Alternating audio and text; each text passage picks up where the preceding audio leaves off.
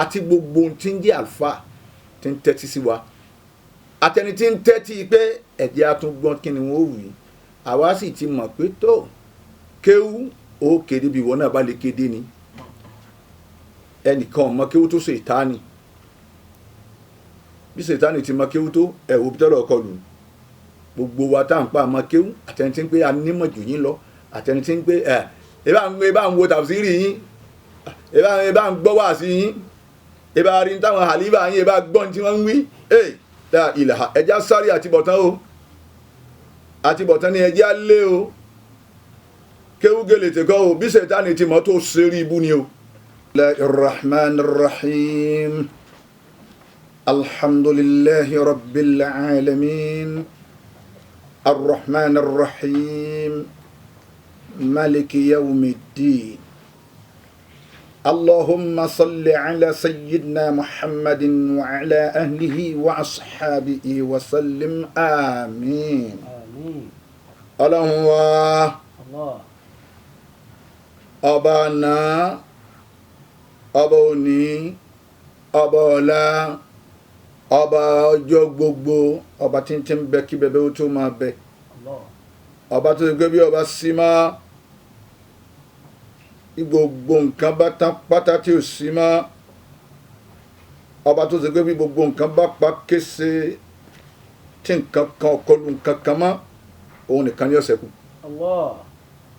ní máa rí ọlọ́run àyìn ọ́ Allahu khaliquna. má ti wí kankan. ọlọ́run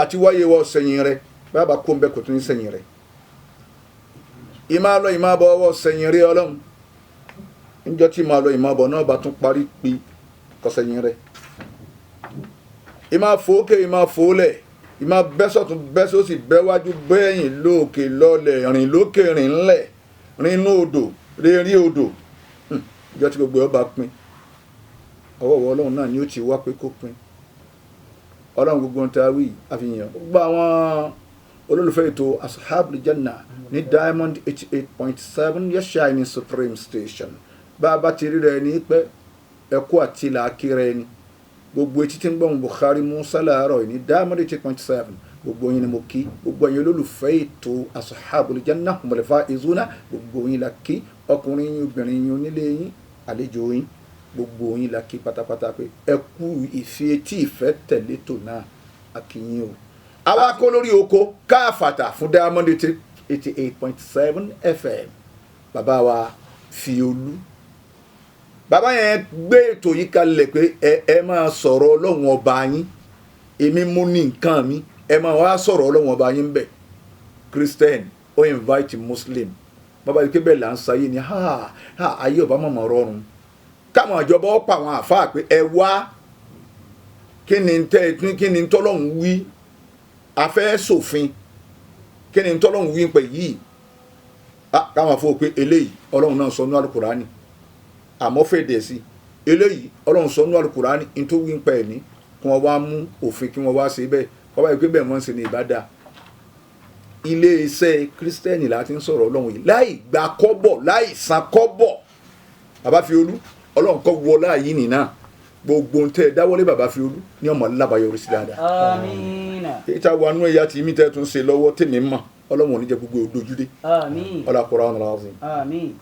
àti gbogbo tí ń jẹ́ àlùfáà tí ń tẹ́tí sí wa àtẹni tí ń tẹ́tí pé ẹ̀jẹ̀ àtúngbọ́n kí ni wọ́n wù í àwa sì ti mọ̀ pé tó kéwú ó kéde bí ìwọ náà bá lè kéde ni ẹnìkan mọ kéwú tó Ṣètánì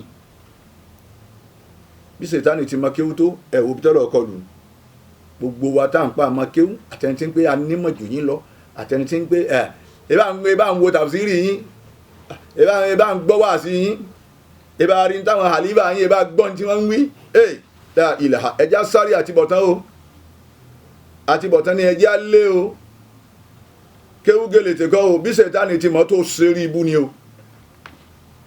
gbogbo ẹni tí ń hó sọ lára àwọn àgbàlagbà àmọ́ ń bọ̀ lẹ́yìn wọ́n ó hó sọ lára kálukú náà àfẹntí ọba hó sọ lára wọn lókù kò sí bí ẹ ti gbọ́ kásẹ̀tì wá sí Bukhari Musa wọ́n ṣàdúrà àfa àgbà àfa àmínú wọ́n ṣàdúrà aláàjì àgbà àáfàá mi nu wọ́n ṣàdúrà babalágége wọ́n ṣàdúrà wọn wá sí àgbáyé àáfàá mi nu wọ́n ṣàdúrà bàbá wa lágége àáfàá wa nu wọ́n ṣàdúrà babalágbàjì àáfàá wa nu àmẹ́yìn tó bá ti pẹ́ ẹ dé bẹ́ẹ̀ ti ba gbogbo ẹ̀ jẹ́ bẹ́ẹ̀ ti da gbogbo ẹ̀rú ọlọ́run bá ní kẹ́yìn ó fi mọ̀ àti yín mọ̀ bẹ́ẹ̀ ti mọ̀ ẹ ka ìwé ẹ kà fún ẹ mọ̀ ẹ kẹ̀dó ẹ mọ̀ ẹ kéwú kò sí tẹ́ ẹ mọ̀ nínú kéwú kọ́dà tẹ́ ẹ tún fi ṣe báyìí pé a máa kéwú jù yín lọ kí lẹ bẹ́ẹ̀ rí kí lẹ bẹ́ẹ̀ tú kí lẹ bẹ́ẹ̀ ọ̀wọ̀ ẹ ṣe sùúrù ọlọ́run tàòfíìkù ọlọ́run ni ẹ jẹ́ abéèrè rí ń tá a mọ̀ gbogbo bí ṣe táàní ti mọ̀ tó kò rí tàòfíìkù ọlọ́run lẹ́yìn tí mọ́nu kọ́ máa jẹ́ ti kálukú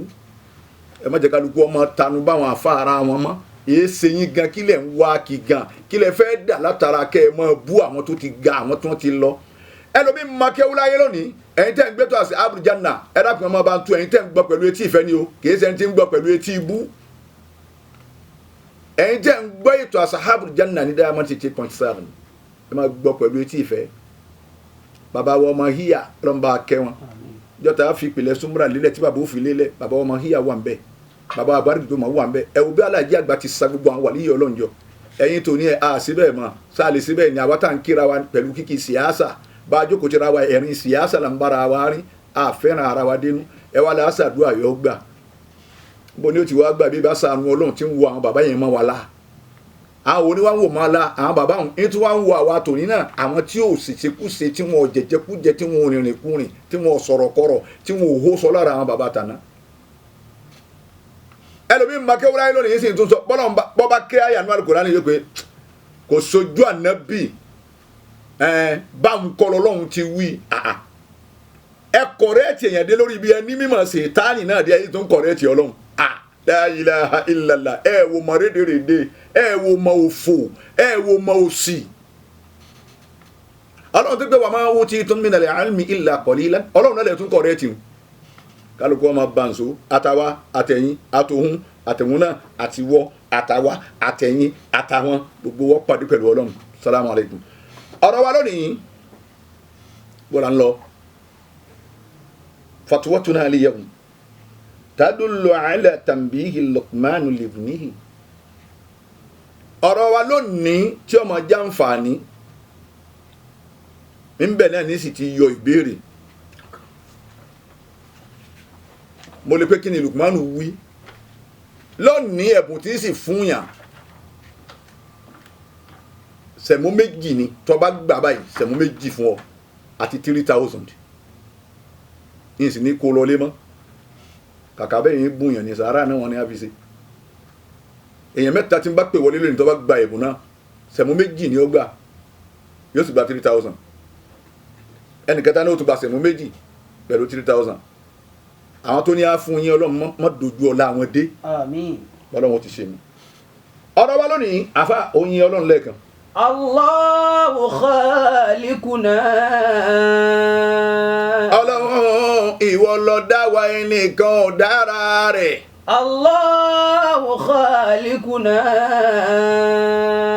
ẹni tó dáyé tí ń wora rẹ̀ pé kò sí bóun ò ti jẹ́ kò sí bóun ò ti rí ẹnìkan ọ̀gá tóun mọ́ nínú ìlú ẹnìkan ò tóbi tóun mọ́ lágbóolé bàbá rẹ̀ ẹnìkan ò rí bóun ti rí nínú àwọn ọmọ bàbá àwọn àtàwọn ọmọ ìyá àwọn òkú ṣẹ́ ìwọ kọ́ Ọlọ́run ló dá wa. Allahu khaliquna. àfa ó ní ìmọ̀fà ó tún fọwọ́ gbáyà pẹ́nìkan ò lè nímọ̀ tó ọmọ ẹnìkan ò lè tún ọ ṣe kò sólúwẹ̀ tí wọn ò lè tún ṣe gbogbo bó ti wá nímọ̀ ọ̀hún tó náà so ti rí certificate àlùjánnà. Allahu khaliquna.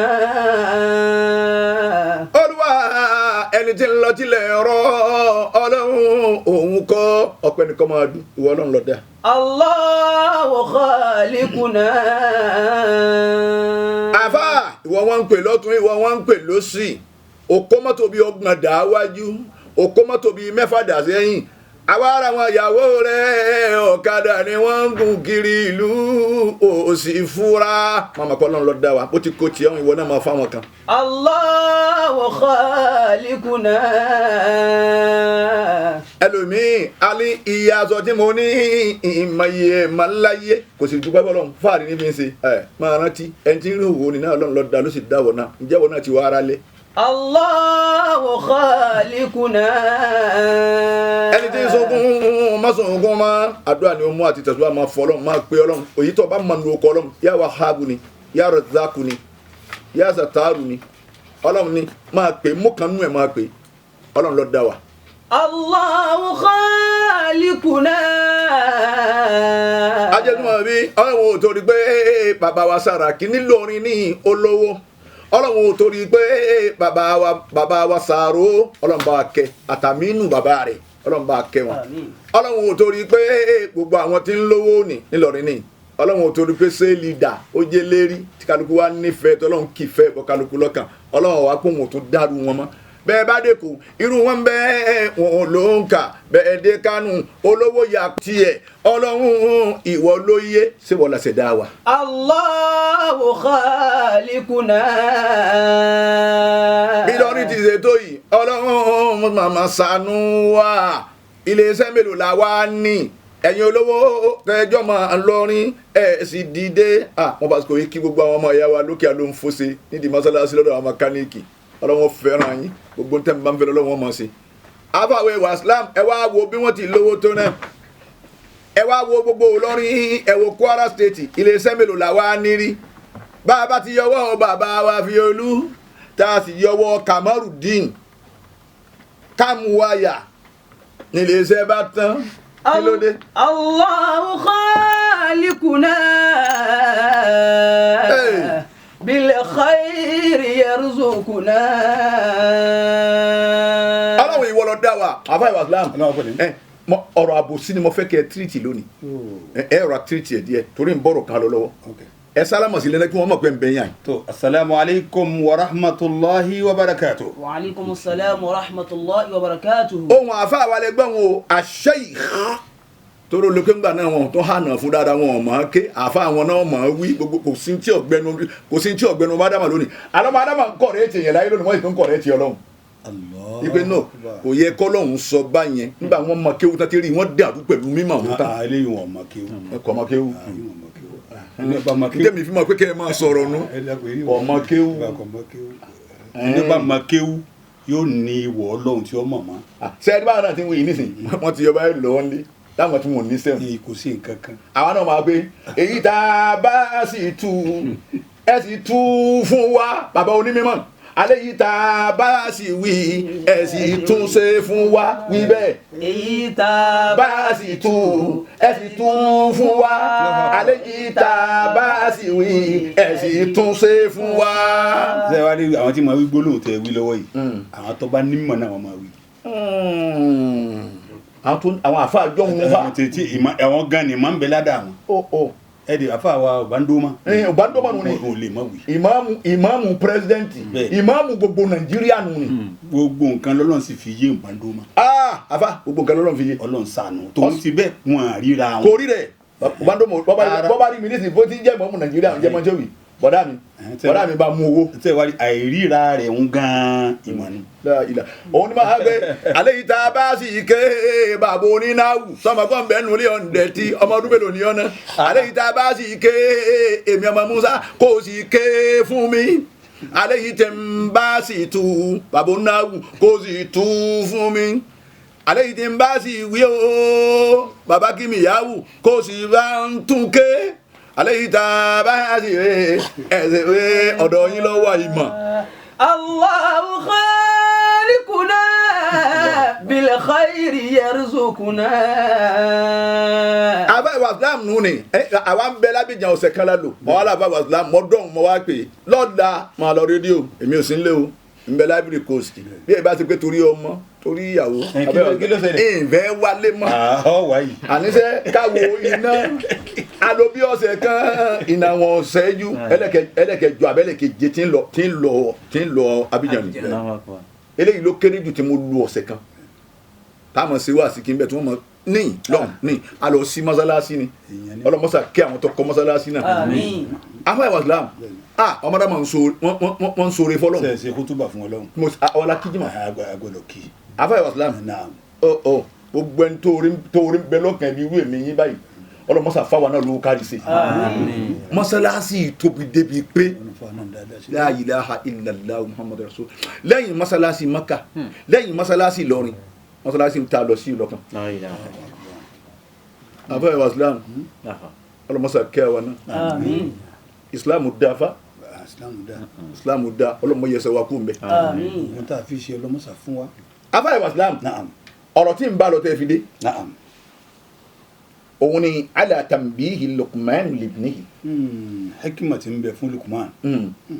in wọn fi ń ta ọmọ ẹ̀jí ó ní alukur'anu kalamullahi alukur'ani Luqman ń sọ fọmọ ẹnu o in fi ń ta jí ó ní alukur'anu kalamullahi ẹlòmíà ní kurianu ẹlòmíà ní kuranu ntí wọn wí náà ni pé alukur'anu kalamullahi ọ̀rọ̀ Ọlọ́run ni alladhi shamilu kulli shay'in tó kó gbogbo nǹkan sínú pátá kò sí tí ń ṣẹlẹ̀ láyé tí alukur'an yóò ti sọ kọ́ra omi tún bọ̀. tibyanan li kulli shay. àfàyà wàsálàm nǹkan mi tún bọ̀ kur'an ti sọ kalẹ̀ kọ̀ wá ní ìjọ ní bá ní màní pọ̀ Ọlọ́run tó ké kur'an tó gbọ́ yé kò ní jọ lójú. gbogbo àwọn tí wọ́n ṣe tàfẹ́ ṣeré òun tọ́nà bá tún gbóyàn míì nísìn òun ló tún máa wò pé èlò ti tu ọ̀rọ̀ Ọlọ́run ọ̀rọ̀ bẹ́ẹ̀ ni tọ́nà wọn tún máa fi yé.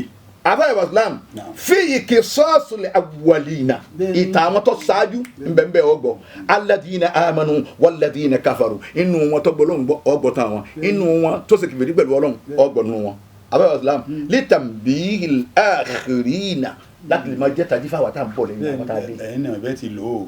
wa amal hadith ama hadith wa nabi huwa aqwalu rasul bàbá tí ń gbọ́ hadith òun ni gbólóhùn anabi Muhammad sallallahu alayhi wa sallam. imma kudusi ó lè jáde sí kudusi láàrin Ọlọ́run àtànàbí aw baynahu wa bayna Jibril àbí kó sì pé ọ̀rọ̀ láàrin òun àtàfà rẹ̀ Jibril wa amma aqwal ulama àmọ́ gbólóhùn àwọn àfa ọ̀rọ̀ àwọn àfa o ọ̀rọ̀ àwọn àfa munasabatu aqwal rasul ọbọ̀dọ̀ sí déédéé pẹ̀lú ọ̀rọ̀ anabi ni o níta anabi bá wí òun lẹ́ẹ̀wì níta anabi bá sọ òun lẹ́ẹ̀ sọ ẹ lè wá sí pé mo lè sọ pé marra rasul ila suq mo lè sọ pé sahba rasul ila suq yóò bá tó fi gbé kalẹ̀ lókù ò ní dọ́rọ̀ ara rẹ sọ. ò ní ìdọ́rọ̀ ara rẹ sọ ò lè mú ọpọlọ tiẹ̀ wá fún wa máa yẹ sànẹ́bì ò lè sọ pé báyìí ẹ ọ̀dà ẹ má kọjú síbẹ̀ wọn yàrá yẹn má kọjú sí kírun à ní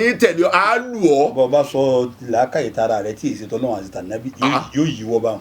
gbogbo ntẹ́ bàbá sọ ọ gbọ́dọ̀ jẹ́ kí ni rí o kò ṣe déédéé gbọ́dọ̀ wọn nàbí falidhalika qala rasulullah torí ìdí èyí nàbí náà fi wá sọ báyìí man ahdatha fi amrina ẹni bá dàn kankan lẹ̀ tọ́ dàn kankan lẹ̀ ha yàní fi dinina nínú ẹ̀sìn wa yìí o. ẹ̀sìn tá à ń sìn lọ́wọ́ yẹn ẹ̀sìn Islam tá nàbí mú wá fún wa sallallahu alayhi wa sallam ọwọ́ amú kankan wá bẹ́ẹ̀ ha wá ní hadha ma laysa minhu tí ó sì sí inú ẹ̀ fọwọ́rọ́ á dà padà sí àfẹ́ wa Islam sẹ́yìn gbọ́ báwọn. wà fi lafz al-akhar inú gbólóhùn míì tuntun wá wá ó ní man amila amalan ẹni bá ṣiṣẹ́ níṣẹ́ kan laysa alayhi amruna tí èyí ṣe pé àwọn ànábì là ní tẹ́ bá ṣe léyìí ẹ̀rí báyìí Ọlọ́run tẹ́ bá ṣe báyìí ànábì náà sọ pé èmi gangan mo ní kẹ́ ẹ ṣe báyìí yóò ní Ọlọ́run ní ẹ ṣe báyìí tábà wá rí parí ń bẹ̀ fáwọ́rọ̀ á tún dá padà sóhun náà qala Luqmanu libnihi Luqmanu wa sọ fún mi àfẹ́ wa Islam asọ́dá kéèyàn pọ̀ ọmọ kalẹ̀ kọ́ máa kì í lọ nípa Ọlọ́run. àìsí tún gbọdọ̀ lé ma púpọ̀. ẹ tún wá gbọdọ̀ lé ma púpọ̀. bí ẹ̀tàn ni. bí ẹ̀tàn lẹ́ fi ba sọ̀rọ̀ Ọlọ́run ni tí ó fi yé. tó bá yarí. ẹ tọ́jú àwọn ọmọ yín gbogbo ẹ̀yin bàbá tẹ̀ ń gbọ́ wa ẹ̀yin ìyá tẹ̀ ń gbọ́ wa. Luqmanu ní ìwọ ọmọ mi la tarkan ila dunya má gbára láyé má yìí pé àfi tá a bá tó a kò sí gbogbo ọ̀nà tá a bá lè gbà ní a máa wá ayé yẹn débi pé gbogbo owó bá ti jẹ́ má wà wà kú wa. ẹ̀yin tẹ́ ń gbọ́ sẹ́ni pé ń fara balẹ̀ wí ńbẹ̀ ní ti yọ ìbéèrè o ẹ máa dẹtí gbọ́ ẹni tí bá ń bẹ́ ń di àpótí asọ̀rọ̀ mọ́gbèsì tiẹ̀ ẹ máa dẹtí gbọ́ o ńbẹ̀ láti yọ o sẹ́ni pé ó ní la tarkan ila dunya má gbára láyé ọmọ mi wala tashghal qalbuka biha má sì jọkàn rí ọkà ìrújú pẹ̀lú ayé ẹ̀yin tó yé gan ààrẹ yẹn òun dò ní ayé náà nísìnyí. wala tarkan ila dunya kathira. ọmọ ìyá mi má gbára láyé púpọ̀ kò ṣe é gbára lé ìyẹra ní lèyàn bá ṣubú. fa innal mala yajma'u linnafadi. àwọn tó ní owó náà tó ń sáré wáwakúwà kí tó ń lọ torí ẹ̀ gé rí tó ń torí ẹ̀ gé ọyàn méjèèjì tó torí ẹ̀ gé ọrùn ọwọ́ méjèèjì tó torí ẹ̀ gba bàtà bíi mẹ́rìnlá kalẹ̀ tá a mọ̀ bí ó kó gbogbo wọn sí ṣé owó náà wàá dà sóòkò lọ́bọ̀ bá ní sóòkò wọ sàárè ni. fala tarkan ila dunya kathira. ajẹ́ tí wọ́n bí bọ̀ ó ní fa innaka lam tukhliq laha torí ayé dá o torí ayé kọ́ wa ma khalaqa Allahu khalqan ahwanu alayhi minha a sì dẹ́ẹ̀dá kan láyé kọ́ yẹ̀yẹ́ tó ayé.